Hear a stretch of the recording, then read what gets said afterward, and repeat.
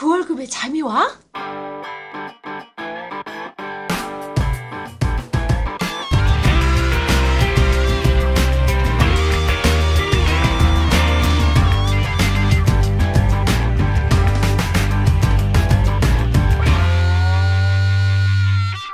안녕하세요. 그 월급에도 잠이 오게 하는 방송 머니소리 TV 꼰대 김광주입니다.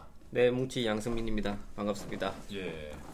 오늘도 변함없이 저번 시간 이어서 행복경제교육연구소 이영재 소장님과 함께 하겠습니다. 지난 시간에 이어서 오늘은 가정에서 홈 아르바이트라는 것을 용어 제가 처음 듣는데. 네. 그죠? 제가 만든 용어는 아닌데 네. 이제 자녀들 용돈을 빠듯하게 주라고 말씀드렸습니다. 지난 시간에. 지난 시간에 그 부족한 돈을 채워줄 수 있는 그 방법 중에 하나가 바로 홈 아르바이트라고 합니다. 너무 어린 자녀들이 바깥에 나와서 실질적으로 아르바이트 하기는 위험하기도 하고 어렵기 때문에 가정 내에서 그런 숨통을 돈에 대한 숨통을 틔워줄 수 있는, 그리고 또 노동의 가치도 깨우치게 할 수 있는 그런 교육적인 효과가 있는 방법이라고 생각합니다. 예, 그렇군요. 홈 아르바이트. 근데 우리가 보통 이제 가정에서 뭐 이렇게 일을 잔심부름 시킬 때 그리고 용돈 주는 것들은 간혹 자주 사실 하잖아요, 애들한테. 하고 있죠. 그렇죠. 하고 네. 있는데 그것들에 대해서 조금 체계적인 정리는 안 돼 있던 것 같아요. 그렇죠. 근데 지금 이제 홈 아르바이트라는 용어 자체에서 뭔가 쌈박하게 정리가 되어 있다라는 오묘한 기운을 지금 우리가 느끼고 있는 거죠. 실제로 그 많은 가정에서 유사한 형태로 하고는 있는데 크게 두 가지 관점에서 좀 잘못하고 있는 것 같습니다. 어떤 첫 번째로 가족을 위한 일. 예를 들면은 자녀가 어느 정도 나이가 됐을 때 자기 방 정리도 하고 부모님 심부름도 하고 어떤 자기가 해야 될 구성원에서 해야 될 일을 했을 때에 용돈을 줘버리면 네. 그 대가로 용돈을 줘버리면 곤란하다는 거죠. 그렇군요. 왜냐하면은 그렇게 예를 계속 들면 예를 들면은 부모님 심부름을 하면은 어린 나이라면은 너무 이뻐서 뭐 용돈 500원 1000원씩 줄 때 있지 않습니까? 네. 근데 그렇게 계속 했을 때는 부모님 심부름 하면 용돈 받는 게 당연하구나라고 인식되고 나중에 돈 안 줬을 때는 심부름을 안 하게 되고 또 그렇게 커서는 어떻게 됩니까? 사회 구성원으로서 이기적인 행동 하게 될 수 있겠죠. 그래서 그러네. 가족의 구성원으로서 이건 당연히 해야 될 일 같다 하면은 용돈을 주면 안 되는 거죠. 그렇군요. 제 같은 경우는 이제 우리는 옛날이니까 부모 심부름 했다고 돈을 받아본 적이 한 번도 없어 놓으니까 그렇겠네. 요즘에는 이제 뭐 하면 주고 이렇게 그렇지. 그러다 보니까 그렇죠. 이제 다른 사람을 나도 모르게 어떤 다른 사람 일을 대신해 줘도 그 사람을 그렇죠. 위해서 네. 뭐 어떤 대가를 크게 기대하지 않는데 네. 그것이 집에서부터 그런 것에 대해 대가를 한 번도 받아본 적이 없기 때문에 무의식 중에서 형성된 그런 정서적 습관일 수도 있겠네. 그렇죠. 또 한 가지는 이제 자신을 위한 일.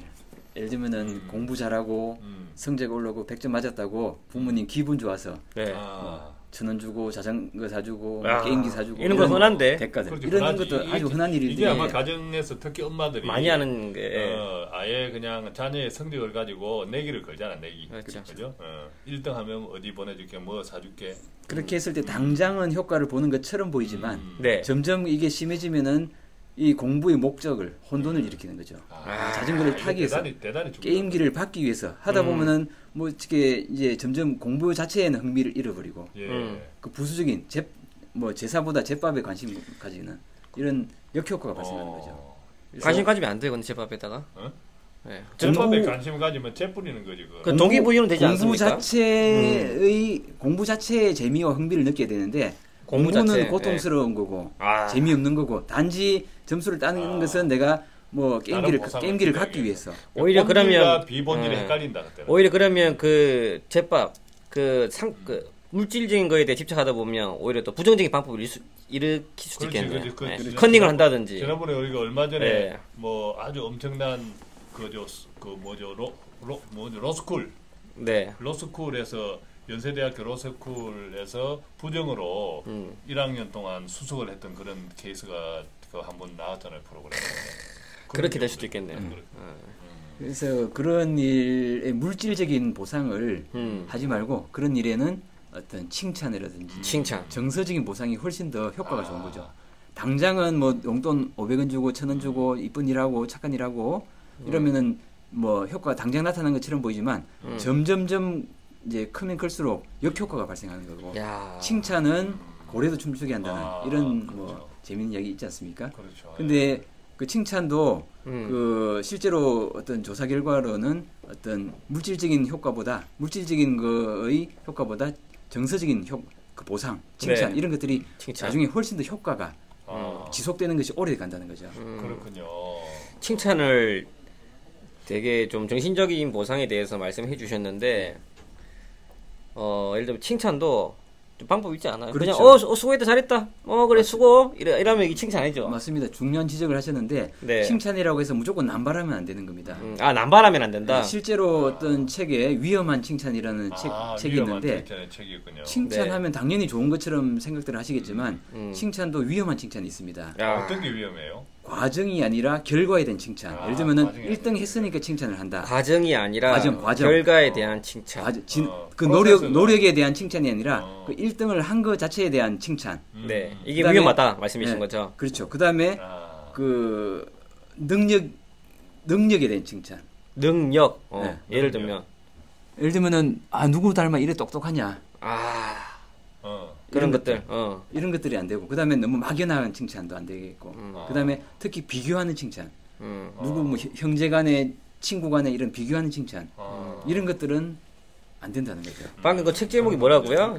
위험한 칭찬. 위험한 칭찬.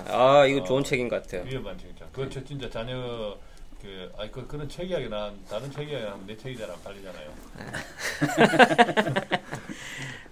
그래서 칭찬도 중요하지만 아까 그 소장님 말씀하신 위험 칭찬은 알맞은 칭찬을 적재적소에 근데 간혹 이런 것들에 대해서 칭찬도 하지만 이제 간혹 어떤 물질적인 보상 그는 마치 이벤트 정도식으로 간혹 할 수는 있겠다, 그죠? 그 자체의 대가로서 주는 것이 아니라 어떤 뭐 그냥 뭐 자연스럽게 이렇게 되어진 이제 그 1대1로 직결해서 뭐 뭘 했으니까 공부 잘했으니까 뭘 사주고 이렇게 대가로 그 자체의 대가로가 아니라 뭐 축하하면서 자연스럽게 뭐 가족이 뭐 외식을 한다든지 뭐 이런 거가까지 물질로 평가하기는 어렵지 않습니까? 야, 예, 소장님이 되게 중요한 말씀 해주신 것 같으세요. 예, 진짜 그 홈 아르바이트에 대해서 대가를 주는데 반드시 대가를 줘서는 안 되는 일이 있다. 그게 가족을 위한 일, 그리고 자기 자신을 위한 일, 이런 부분들에 대해서는 대가를 줘서는 안 된다. 그리고 홈 아르바이트 요것만 가지고 오늘 이 시간 다 채워도 아주 진짜 그렇죠. 중요한 시간이네. 우리가 이걸 간단히 봤거든. 그렇죠.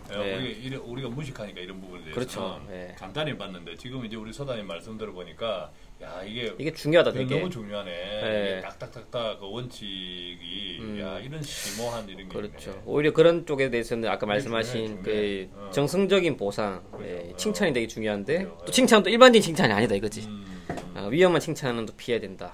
야 이거 대단하게 저는 지금 엄청난 충격을 받았어요. 그럼 이제 구체적으로 이런 게 맞다. 구체적으로는 어떤 일에 자녀가 어떤 일에 이렇게 홈 알바 그 일당을 줘야 될까요? 그렇죠. 이제 이것도 저것도 다 빼고 나면 사실 뭐 할 게 하지 않을 수 있는데 실제로 자녀가 안 해도 되는 일, 하지 않아도 되는 일을 했을 때 홈 아르바이트 대가를 안 해도 되는 일. 그 예를 들면은 아빠 구두를 닦게 한다는 거. 그런 것들은 굳이 요즘 같은 경우 옛날에는 모르겠습니다만 요즘에는 굳이 안 해도 되는 일이죠. 근데 그것도 가족을 위한 일 아닌가요?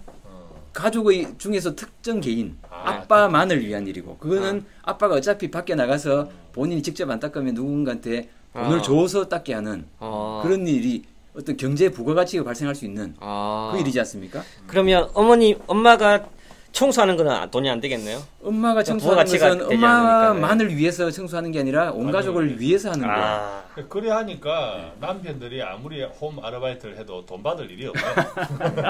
그렇지. 가족을 위한 거니까. 전부 가족을 위한 거네. 가족을 위한 거. 그래서 설거지를 해도 가족을 위한 거고 청소를 해도 가족을 위한 거. 또 예를 들면 또 아까 구두 닦는 거 말씀해 주시고요. 구두 닦는 또 다른 것도 예를 한번 들어보시죠. 사실 이게 구분이 애매할 수는 있는데 실제로 저희 집에서 하는 사례를 위주로 말씀드리자면은 뭐 아빠 구두를 닦게 하는 거 아니면 집에 있는 유리 거울을 닦게 하는 거 이것도 사실은 가족을 위한 일이 아니냐라고 따지면 뭐 틀린 이야기 아닐 수도 있는데 일상적인 일이 요즘 일상적으로 매일매일 유리 거울을 닦는 게 아니기 때문에 그런 것들 욕실 청소 특별 청소다 아니면 또 특히 제 와이셔츠 다리는 거 드레스 셔츠라고 하죠. 뭐 너무 어린 나이에는 그 위험한 아르바이트 되기 때문에 안 되겠습니다만 좀 자녀가 크고 나면은 이 뭐 다리미 다리미질을 충미. 배워줘야겠네. 그렇죠. 그런 과정에서 자연스럽게 다리미질을 학습하게 돼요. 그렇죠. 아, 실제로 저희 집에서 제일 인기 아르바이트가 제 와이셔츠 다리는 겁니다. 그렇군요. 진짜요? 한 벌에 야, 대단하다. 그러면 세탁소비를 안 주고 그거를 갖다 그렇게 하는 거네. 그렇죠. 이 악덕업주네 이거. 이 악덕업주인데 공짜가 아니라 돈을 주는 아니 거죠. 그 지역에 세탁소 쪽에서 항의가 들어오고 하더라네요. 어차피 나가는 돈인데 그렇죠. 그 부분을 애들한테 나가게끔 쓴다. 그럼 애들은 그걸 통해서 경제적인 그 부가가치가 있기 때문에 헌신적으로 한다 이 말씀이신 거죠. 아니 다음에 보니까 우리 소장님은 보니까 애들한테 네. 아예 강의도 훈련시켜 대신하라 하겠네. 그렇죠. 아버지 강의 대신하고 돈 받아라. 돈 받아서 나눠 먹는다. 혹시 방송하시고 그렇게 하는 거 아니에요? 방송 나가면 애들이랑 같이 그날 한번 같이 쉐어하고. 그래서 네. 막상 이게 아까도 말씀드린 것처럼 유리창을 닦는 게 과연 줄 일이냐 아닐 일이냐 헷갈릴 수 있습니다. 네. 그때 아주 손쉽게 판별할 수 있는 기준을 제가 제안 드릴 수 있는데 그것은 뭐냐 하면은 부모님이 자녀한테 그 일을 시켰을 때 네. 자녀가 안 할 수 있죠. 네. 안 했을 때 부모님이 이 일로 화가 날까 안 날까를 구분해 보시면 됩니다. 예를 들면은 네. 그 자녀가 네. 그 다 컸는데 부모님 심부름 안 해요. 화날 일입니까 안 할 일입니까? 그 자녀가 어느 정도 나이가 됐는데 부모님 심부름도 안 하고 뺀질뺀질해요. 때려치기야지. 화날 일이죠. 하나지. 그런 일에는 대가 주시면 안 되겠죠. 그런 또 거는 그냥 자녀가 시험 기간에 공부를 안 하고 게임만 한다. 이런 일에도 화가 날 만한 일이죠. 근데 그렇죠. 자녀가 아빠 구두를 안 닦는다. 이건 화 안 나겠죠. 요즘 그렇죠. 같은 경우. 그러면 이거는 홈 아르바이트 줘도 되겠다. 근데 똑같은 일이라 하더라도 자녀가 너무 어린 나이다. 근데 요거는 안 해도 화 안 날 만한 일이다. 그런 경우는 줘도 되겠죠. 근데 좀 나이가 됐는데도 요 일을 계속 했을 때 안 했을 때는 화가 날 일이다 하면은 똑같은 일이라 하더라도 네. 이제 홈 아르바이트 대가로는 적절하지 못한 거죠. 아. 예를 들면은 그 책 한 권을 읽으면 한 권당 뭐 100원 준다, 500원 준다 이런 부모님도 계신데 네. 자녀가 책 안 읽었을 때는 화가 날 만한 일이죠. 그렇죠. 그런 것은 책 읽었을 때 대가를 주면 안 되겠다라고 판단하시면 아주 쉽겠죠. 그렇게 판단하면 된다. 네, 네. 또 다른 예가 그 소장님 집에서 하는 또 다른 홈알바 어떤 게 있어요? 아까 말씀드린 것처럼 구두 닦게 하고 네. 집에 있는 유리거울 닦게 하고 욕실 청소를 하게 하고 네. 와이셔츠를 다리게 하고 이런 것들을 지금 저희 집에서 그래요? 하고 그래야 얼마씩 주세요? 구두를 닦으면 한 클레당 500원, 유리거울 닦으면 2,000원, 욕실 청소는 1,000원, 와이셔츠는 한 벌당 600원. 그거 다 애우기도 쉽지 않은데 그러면 가정에 홈 아르바이트에 대한 서비스 견적표가 있겠네. 예, 나중에 나올 용돈 협상하면서 네. 용돈 협상 안에 홈 아르바이트의 내용이 뭐뭐뭐다 하는 걸 서로 미리 협의를 하는 거죠. 그렇게 하지 않으면 실제로 좀 영악한 자녀 같으면은 뭐 좀 돈이 필요할 때마다 횟수 제한 없이 무한정으로 홈 아르바이트를 5번, 10번 뭐 매일매일 이렇게 했을 때는 자녀가 재벌이 될 수 있는 그런 부작용이 발생하기 때문에 옷 벗어! 그래서 이렇게, 네. 횟수와 금액을 미리 사전에 합의를 해놓고 해야겠죠. 그럼 그것도 이제 금액 부분에 대해서는 견적 부분에 대해서는 자녀들이 일종의 노동자인데 간혹 이제 인상을 해달라는 또 그런 요구도 그렇죠. 있겠네. 그런 것들은 이제 나중에 연봉 협상하듯이 1년에 한 번씩 용돈 협상할 때 같이 이제 이렇게 협상을 해서 인상도 하고 또 종목도 바꾸기도 하고. 우리 소장님 자녀들은 골치 아프네. 어떤 그런 것들에 대해서 좀 불만을 토로하지 않아요? 아버지, 나는 걔네 아버지 딸이 돼서 걔네 아버지 아들이 돼서 이런 거. 근데 지금 한 7, 8년 이상 하다 보니까 뭐 이제는 익숙하게 저도 처음부터 이렇게 했던 게 아니라 이렇게 해보고 저렇게 해보고 한 시행착오 거치면서. 근데 오히려 이제 그렇게 하다 보면 이게 조금 그 상하관계가 생기잖아. 상하관계가 돈줄 주고 있으니까 상이 되는 거고 직원들은 하가 되는 거잖아요. 가족들은 그렇게 하다 보면 좀 정서적인 유대관계나 이런 것들이 좀 껄끄럽지 않으세요? 네. 글쎄요. 근데 어차피 그것이 아니라 하더라도 결국은 이제 부모와 요즘 자녀 간에 어떤 친구 같이 지내는 그런 거를 권장하는 거다 보니까 그게 또 너무 많이 나가다 보면 정말 어떤 장류 유서 이런 것도 무너지지 않나요? 그래서 친구 같은 관계 중요한 거는 사실입니다만 그래도 어느 정도 부모와 자녀 간의 어떤 질서는 필요하다고 봅니다. 근데 그 질서를 어떤 권위적으로 혼내고 뭐 이렇게 매질하고 이런 걸로 부모의 권위를 세울 일이 아니라 네. 뭐 친구 같은 관계는 얼마든지 유지하면서도 네. 어떤 자연스럽게 어떤 그죠? 그런 관계 정립 이런 것들은 이런 경제 교육을 통해서도 얼마든지 네. 자연스럽게 이루어낼 수 있다. 그러니까 이제 이런 것들을 하다 보면 자녀와의 현실적인 자녀의 현실적인 욕구를 가지고 네. 이렇게 대화를 하게 되잖아요. 그러니까 자녀한테 가장 필요한 것들로 가지고 부모들하고 대화하는 시간이 훨씬 많아지니까 어떤 의미에서는 가장 현실적인 우리가 보통 이런 것이 없으면 그 집에 가서 부모들이 자녀와의 대화를 해라. 대화해보자. 밥상머리에 앉아있으면 대화가 없어. 대화할 일이 없거든, 사실은. 서로 현실이 다르기 때문에. 이제 그런데 지금 이런 것들을 가지고 하면 자녀의 실제적인 현실, 자녀는 돈이 필요한 현실, 또 그 돈을 부모가 공급해야 되는 현실, 그러면 실질적인 대화들이 오히려 많이 되겠네요. 근데 이제 그 소장님은 강의를 많이 나가시는데 이런 강의를 하시고 난 이후에 그 실질적으로 이런 것들 그 접목하시는 가정들이 있으시던가요?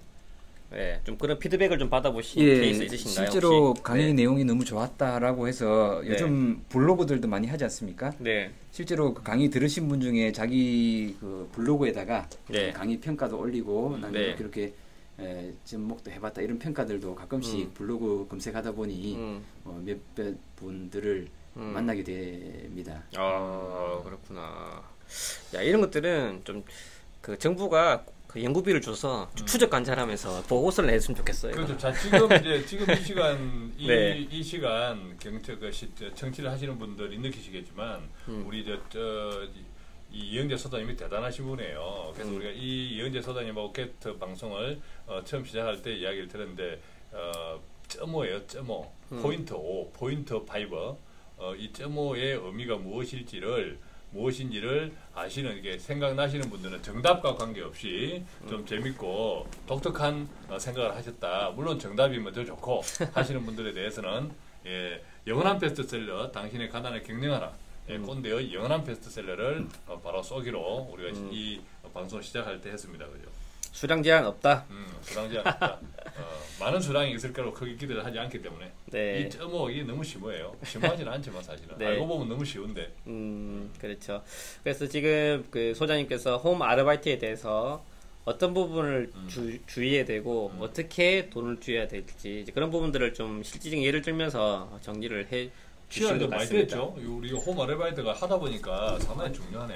네, 되게 중요해요. 네, 상당히 중요하고. 일단 조금 더 이어서 자, 그러면 말씀해 이렇게 이제 주시죠. 홈 아르바이트 이게 이제 자녀들이 스스로 돈을 버는 건데 또 부모가 주는 돈하고 또 자녀들이 홈 아르바이트를 통해서 또 이게 스스로 돈을 만들어가는 이런 것들하고 자 이런 것들 이제 총합해서 보면 네. 자녀들도 결국 자기의 수입 지출 관리가 좀 필요하겠네. 이건 흔히들 우리가 이제 가정에서 용돈 기입장 이런 것들인데 그렇죠. 용돈 기입장 이런 양식도 또 책 같은 것도 노트 같은 것도 있고 하는데 그럼 이 용돈에 대해서 자연스럽게 이 자녀들이 스스로 계획을 세우고 예산을 세우고 뭐 집행을 하고 사후 관리까지 결산까지 하는 이런 일련의 프로세스들이 있을 것 같아요, 그죠? 예, 맞습니다. 사실 용돈 기입장 때문에 용돈 교육을 하다가 포기하는 분들이 너무 많습니다. 불편해서? 뭐 힘든 거죠. 자녀들이 용돈 기입장 쓰다가 말다가 하면 부모님이 먼저 화가 나죠. 그래서 혼내다가 또 용돈을 줬다가 뺏었다가 또 용돈 기입장 내용 보니까 말도 안 되는 뭐 어떤 장난감이나 이런 뭐 이렇게 펑펑 썼을 때 부모님 내용에 대해서 화가 나서 네. 혼냈다가 이렇게 부작용들이 너무 많이 발생하는 겁니다. 근데 용돈 기입장의 핵심이 기록이 아닙니다. 실제로 많은 분들이 어른들도 용돈 뭐 가계부 잘 못 쓰지 않습니까? 네. 힘든 그 기록이 중요한 게 아닙니다. 용돈 기입장의 핵심은 그런 기록이 아니라 예산 결산입니다. 예산 결산. 이제 실제로 용돈 기입장 작성 요령에 대해서 잠깐 제가 말씀을 드려보겠는데, 네, 말씀해 주시죠. 학기 초나 연초에 먼저 자녀와 협상부터 하는 거예요. 용돈을 협상. 얼마를 받고 싶으냐, 애한테 어떤 용도로 쓸 것이냐 물어보고 자녀 글도 쓸 줄 알면은 가급적이면 글로 적어오게 하세요. 아, 왜요? 그래서 그 기록을 계획적인 기록을 부분, 남기는 것이 중요하죠. 네, 그래서 네, 네. 그래서 처음부터 다 받아주지 마시고 계속 협상 밀당을 하는 거죠. 당연히 자녀는 많이 받기를 원하고 부모님은 가급적이면은 뭐 작게 주기를 원하면서 이렇게 서로 밀고 당기고 하는 과정에서 협상력이 길러질 수 있죠. 그래서 그렇게 해서 적절한 금액이 서로 합의가 되면은 그걸 바탕으로 해서 용돈 계약서 작성을 하고 네. 그 다음에 이제 용돈 계약서. 그렇죠. 그러고 나서는 이제 용돈 이제 예산을 세우게 하죠. 이번 달에 용돈을 얼마를 받고 홈 아르바이트 어떻게 하고 군것질은 얼마를 할 것인지 저축은 얼마 할 것인지에 대해서 계획서를 세우게 합니다. 계획서를. 그리고 나서는 이제 기록하죠. 매주. 근데 기록을 잘할 수 없겠죠. 당연히 빠뜨려 먹는데 그렇게 혼내시면 안 되는 겁니다. 용돈은 뭐 자녀 인생의 수업료다 이런 이야기도 있는데 실제로 자녀가 군것질을 어디 했는지 얼마 했는지 아까 타치하지 말라고 지난 시간에 말씀드렸는데 그 용돈 기입장을 가지고 자녀와 일상생활을 공유하는 대화의 도구로 사용해 보시기 바랍니다. 뭐 군것질을 했다 하면 누구랑 먹었는지 그 친구와 무슨 이야기 했는지 그런 일상생활을 공유할 수 있는 대화의 도구로 사용해야 되지 이걸 왜 사 먹었냐 말도 안 되는 걸 왜 썼냐 잃어버렸냐 이렇게 혼내시는 용도로 쓰시면 안 되는 거죠. 아 그렇구나. 그리고는 이제 그런 기록이 끝나고 나면은 이제 결산을 해야겠죠. 네. 이번 주에 군것질을 얼마 하기로 했는데 실제로는 대부분 더 많이 쓰죠. 근데 혼내지 말고 자녀와 그 기록을 결산을 하면서 자연스럽게 스스로 반성하게 해야 되지 부모님이 강제로 혼내가면서 깨우친 것은 절대 그 깨우친 게 아닌 우리 거죠. 소장님은 한 번도 그렇게 혼 안 해봤습니까? 네, 저도 처음에 시행착오를 거치느라고 용돈 기입장 그 자체에 매몰돼서 이렇게 초반에 시행착오를 거쳤었는데 정말 중요한 것은 그런 기록이 아니다. 라고 깨우치고 나서는 사실상 요즘은 뭐 바쁘기도 바쁘지만은 기록 자체를 좀 뭐 빠뜨려 먹더라도 그렇게 혼내지 않습니다. 이제 갱상도 사람 맞아요, 우리 소장님이. 야, 우리도 우리 집에도 이렇게 어렸을 때 좀 해봤거든요. 아니요, 사람 맞아요. 해봤는데 제 기억에 남는 거는 우리 와이프가 주로 이제 이런 걸 많이 했으니까 우리 와이프 제 기억에 남는 것은 이것 용돈 기입장 관리 이것 때문에 우리 애들하고 우리 와이프하고 사이에서 딱 기억에 남는 말은 우리 와이프의 이 말이에요. 때리치기 빌랑 이 말만 지금 남아 있는데 야 그러니까 당연히 허지부지 되고 하는데 참 진짜 사람 맞아요. 그러시구나. 그러면 요즘은 아까 좀 궁금한 게 저는 형식적인 부분이 되게 좀 궁금해서 그러는데 이것도 아날로그식으로 작성하는 게 도움이 됩니까? 아니면 좀 뭐 디지털적인 부분을 활용한다든지 어떤 것도 다 안 하는 것보다는 당연히 효과가 있겠습니다만 일단 자녀가 그 어린 나이에 그 뭐 스마트폰 앱에 이렇게 했을 때에는 와닿지가 않는 부분이 있습니다. 그렇죠. 그래서 수준에 맞춰서 용돈 기입장을 시중에서 구매해서 하면 좋은데 시중에 있는 대부분의 용돈 기입장들이 사실은 기록만 하게 만들어놨어요. 기록을 중심으로 그 안에 내용 자체가 맞아요. 쭉 기록만 적게 돼 있어요. 그런데 한국은행에서 발간한 용돈 기입장 한국은행에서 발행하는 용돈 기입장 그런 게 팝니까? 비매품입니다. 한국은행에 가시면은 아마 공짜로 줄 거예요. 아 진짜요? 네, 한국은행까지 안 가도 행복경제 교육연구소 사이트에서 신청해도 주죠. 비매품이라서 제가 한국은행에서 협찬을 받아놓은 게 조금 있습니다. 그래서 홈페이지에다가 이렇게 이 방송을 들으시고 소감을 간단하게 좀 기록을 해주시면 제가 그렇죠. 한국은행에서 발간한 용돈 기입장을 약속하셨죠? 그러면 그거는 택배 비용이 더 들겠는데. 택배 비용은 제가 착불은 좀 그렇고 제가 기념으로 이번에 제가 보내드리겠습니다. 아니면 연구소에 직접 찾아오시면 좀 듬뿍 드리겠습니다. 연구소가 어디 있죠? 삼성동에 있죠. 서울 강남의 삼성역 7번 출구로 오시면. 그래서 저희 뭐 핸드폰으로 들으시는 분들은 뭐 팟빵 그 댓글 남겨주시든지 아니시면 저희 머닝스토리 TV 홈페이지 들어오셔서 그 상담 신청이나 그쪽 란에 간략하게 뭐 용돈 기입장에 대해서 간략하게 방송 소감 남겨주시고 신청하신 분들은 소장이 꼬드겨서 저희가 꼬드겨서 한국은행이 발행하는 용돈 기입장 저희가 드릴 수 있도록 잘 꼬드려 보도록 하겠습니다. 근데 이제 많이 얻어보시면 좀 부담스러울 것 같으신데 일단 적당하게 저희가 알아서 소장님 잘 꼬드겨서 그래서 좀 댓글에 대해서 댓글도 좀 남겨주시고 청지 소감 좀 남겨주십시오. 자, 이런 용돈 기입장에 대해서 아까 예산 기록 결산에 이게 그 이제 본질적인 거다 기록보다는 이것에 덧붙여서 조금 구체적으로 좀 몇 가지 추가해 주실 내용이 있나요? 그래서 이제 기록을 좀 자녀가 못했다 하더라도 어차피 네. 부모님도 현재 잘 못 쓰고 있는 가계부 아닙니까? 예. 그렇죠. 부모님이 솔선수범하면서 가계부도 같이 쓰면서 그런 용돈 기입장을 쓴 거를 가지고 자녀와 이런 일상생활을 대화를 공유할 수 있는 네. 그런 도구로 사용하신다면 훨씬 더 풍요로운 경제교육이 되지 않겠나. 그렇죠. 근데 부모들이 문제야. 부모들 짜기는 뭐 저도 그렇지만 학교 다닐 때 공부도 못 했으면서 마치 공부를 1등한 자기는 1등한 것처럼 성적표 부모 성적표는 자녀들은 공개도 안 하면서 맨날 자녀 성적표 성적표 어디다 치웠냐 가져와봐라 해갖고 그죠. 이 용돈기입장도 부모는 가계부 기록도 하지 않으면서 뭐 기록했냐 안 했냐 그러면 참 그게 부모 자녀 입장에서 속으로 참 더럽다. 반대로 이걸 보면 부부관계도 활용할 수 있겠다. 와이프한테 가계부를 쓰게 만드는 거죠. 그럼 가계부 가져와 하면서 이거 썼네. 누구랑 마셨어 커피? 무슨 어디서 이거 산 거야? 이런 식으로 활용하지 그죠? 지금 뭉기 씨는 네. 전혀 실현 가능성이 없는 이야기를 대부분 그런 이야기 하면요 와이프가 쌍진비게 눈 딱 쳐다보면서 야, 장난아. 장난아, 썰만큼 주나? 썰만큼 주나? 늘 그 빵꾼데 나도 한두 달 쓰다가 짭 치아붙다. 뭐지? 너 빚내기 바쁜데 이러면 야 인간아 이러면 할 말이 없어. 부부관계는 하면 안 되겠네. 그렇지. 조심해야 돼 이게. 자녀와의 관계는 좋겠다. 아까 우리가 홈알바도 그렇지. 좀 남편이 내가 좀 써먹어볼까 하려다가 바로 지금 이야기 그러면 꼴이 내리잖아. 이게 받을 돈이 없어 우리 남편의 홈알바는. 그래서 경제교육이라는 게 이 생각하니까 참 우리 남편들 힘들게 산다. 맞다. 또 샜다. 얘기가 샜다. 갑자기 서글퍼진다. 얘기 들으니까. 자 그러면 오늘은 우리가 용돈 홈 아르바이트 진짜 홈 아르바이트 우리가 다루어봤지만 네, 중요하다. 오늘 이 방송 들으시는 분들은 그 앞에 방송들 우리가 쭉 계속 진행되어 오는 이 특집 방송 앞에 방송들을 반드시 청취하셔야 돼요.